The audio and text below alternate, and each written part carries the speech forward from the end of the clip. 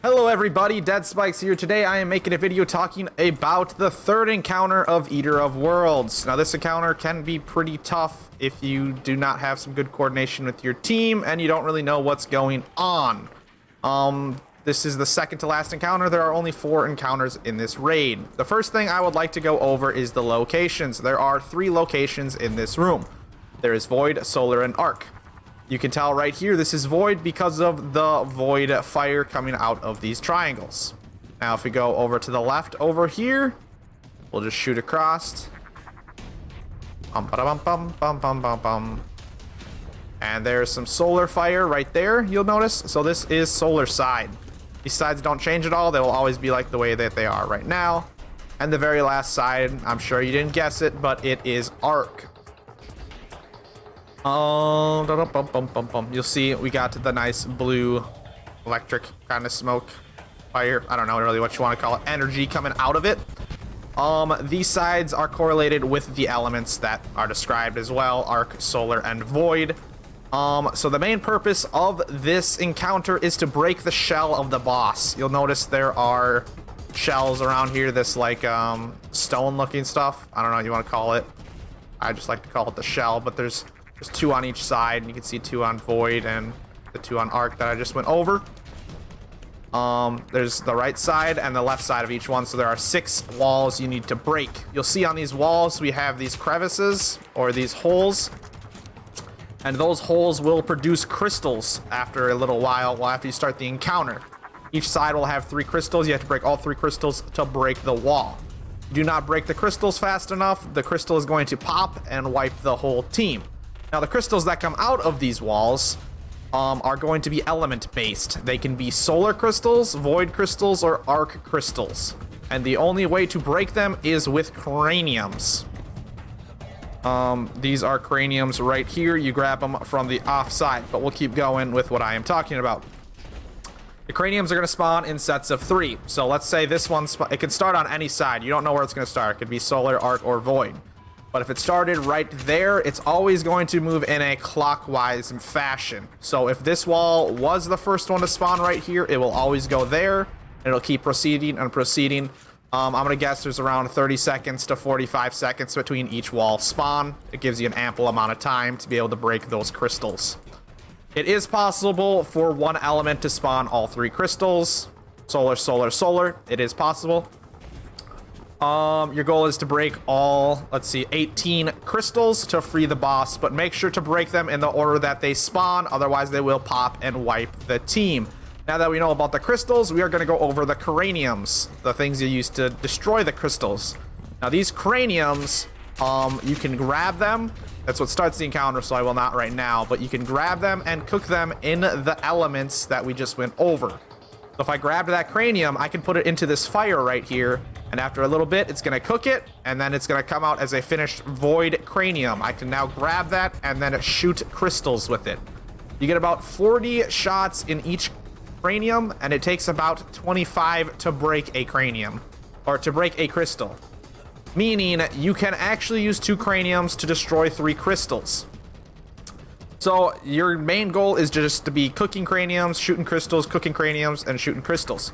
Now the 2 teams are, there should be 2 or 3 teams, there should be 2 players on each side. There should be a Void Defender, just killing ads here, and a Void Shooter, which is in charge of craniums. Same with Solar Defender, Solar Shooter, Arc Defender, Arc Shooter. Now the way that we decide where to get our craniums is by looking at the boss in your area. The islands to the left will always be where your craniums spawn. Over here is where Arc cranium spawn. You can see that one floating right there because I'm looking at center, and it's the islands to the left. And final is the solar craniums all the way across over there. Now up to 2 craniums will spawn at a time. You need to use one up to be able to spawn the second one. For instance, I can grab that cranium, and if I go throw it in that cooker, a second cranium is going to spawn. I can grab that second cranium and throw it in the cooker. You have to put it in a different one. You can't use the same one. And another one will not spawn until one of those craniums are fully used. So just keep that in mind. You should always have 2 cooked at all times is kind of the goal. If you use one up, go grab another one and cook it immediately. The only time you should not be doing that is if you have to destroy all 3 crystals. Then you might have to just use up the 2 craniums very fast. But as long as you keep them cooked in a timely fashion, you should never have a problem at this part. Now, for some reason, if you did have to shoot all 3 craniums or all 3 crystals on your own, the way you're going to want to do it is spend about 25 in the top one to break it and then put the rest into the middle. And then I would grab your second and shoot the bottom one until it breaks and spend the rest on the middle one, and all 3 should be broken yourself, and immediately go and start cooking the craniums. Now that I've told you about how it works to finish encounters, breaking all 18, I'm just going to show you some live gameplay of doing it, and hopefully you can get a grasp on what's going on. One last thing I want to go over is loadout for you guys. Now this encounter is all ad clearing. There is no boss damage yet, so you just want to run your ad clearing setups. For Titan, I am running Sunbreaker's bottom tree to get those sunspots, kill a lot of ads. I'm going to be using my hammerhead to kill Vex if I need to at all. I'm a shooter, so I shouldn't be worrying about it much, but if I was a defender, this is still about the same setup I'd use. Just amazing guns for this spot. I'm running some nice mods to complement my machine gun, give it more ammo and such. For a warlock, I recommend running Devour, bottom tree Void.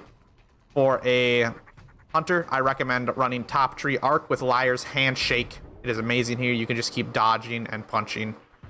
And it works pretty well. If you have any Leviathan mods, those will work pretty good. As you can see, I have Shielding Hand here and Striking Hand. When I punch, I'm going to get a shield, and I deal more damage to everything around.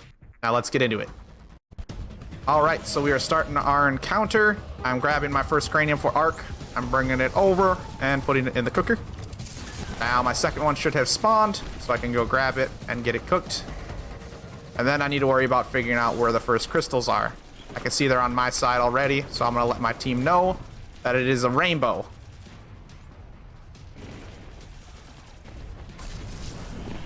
And they're going to come over and bring their craniums to destroy them. You can see the 3 craniums. We got Arc, Solar, and Void right there. My defender breaks some stuff. I'm going to grab my finished cranium right here and shoot the Arc one. Boom, it is done. Now I'm going to use up the rest of my cranium to spawn another one, so I can cook it, to always have 2 cooked at all times. Now, like I told you, it's going to move in a clockwise mash fashion, so the next one will always be over on Void first. There's the Solar to break. There's the next one spawning. I can hear it. And it looks like it is double Void Solar on Void. So I don't have to do anything here. I'm just going to clear ads and help my teammate out. I could probably help Solar shoot, but I think he might have it. But it's double Void, isn't it? Oh yeah, he's got it. Since it's at home on Void, he should have no problem. It will take 2 craniums to break 2 crystals, so he's going to have to use up both of them and then grab 2 fresh ones to put in.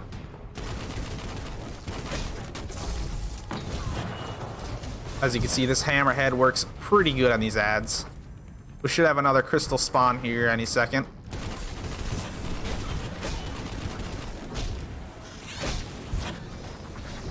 Let's look for it. We finished that wall. And we have another double Void Solar. So I still don't have to do anything. Just keep clearing ads over here. That's the 3rd wall, which means we'll be about halfway done once they get it.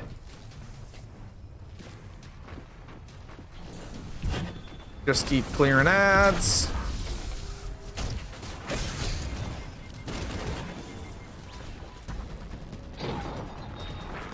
These guys aren't too bad on normal mode. On prestige, they are quite tanky, so it takes a bit to kill them.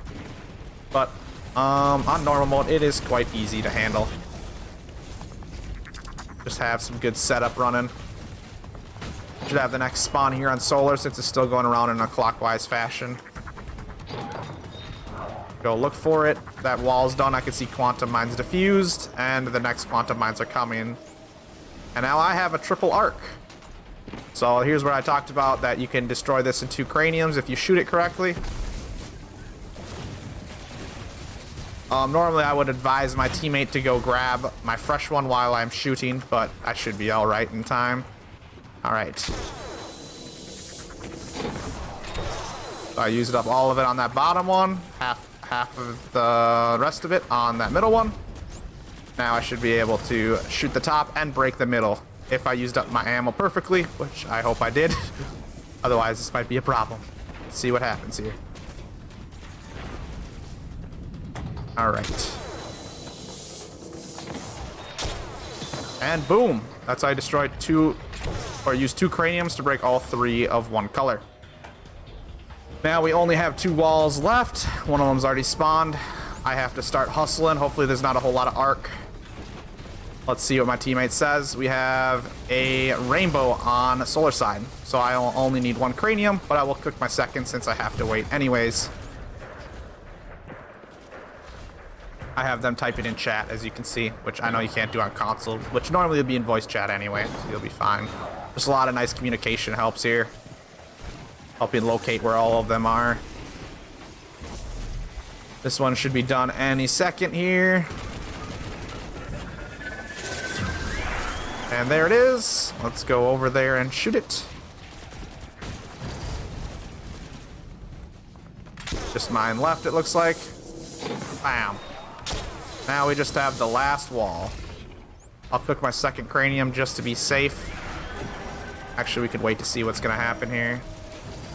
Okay. We have a double solar arc on arc side. So I just need to use this last cranium that I had to break it. And my friend Ugg over there should be able to handle the 2 solars on his own. Another good thing you could do is if you do teach your defenders how to shoot, his defender Grant over there could have grabbed the second one to help him. But you have lots of time here. He'll go grab it and come back and still be fine. It's the last wall. Any second here. And there you go. That is the whole 3rd encounter of Eater of Worlds. If you have any questions, please make sure to put in the comments down below. I'll try to answer all of them as much as I can. If you'd ever like to stop by the stream and check me out doing raids live, it'll be in the pinned comment down below. Hope you guys enjoyed the video. Hope you have a wonderful day, and I'll see you in the next one. Spikes out.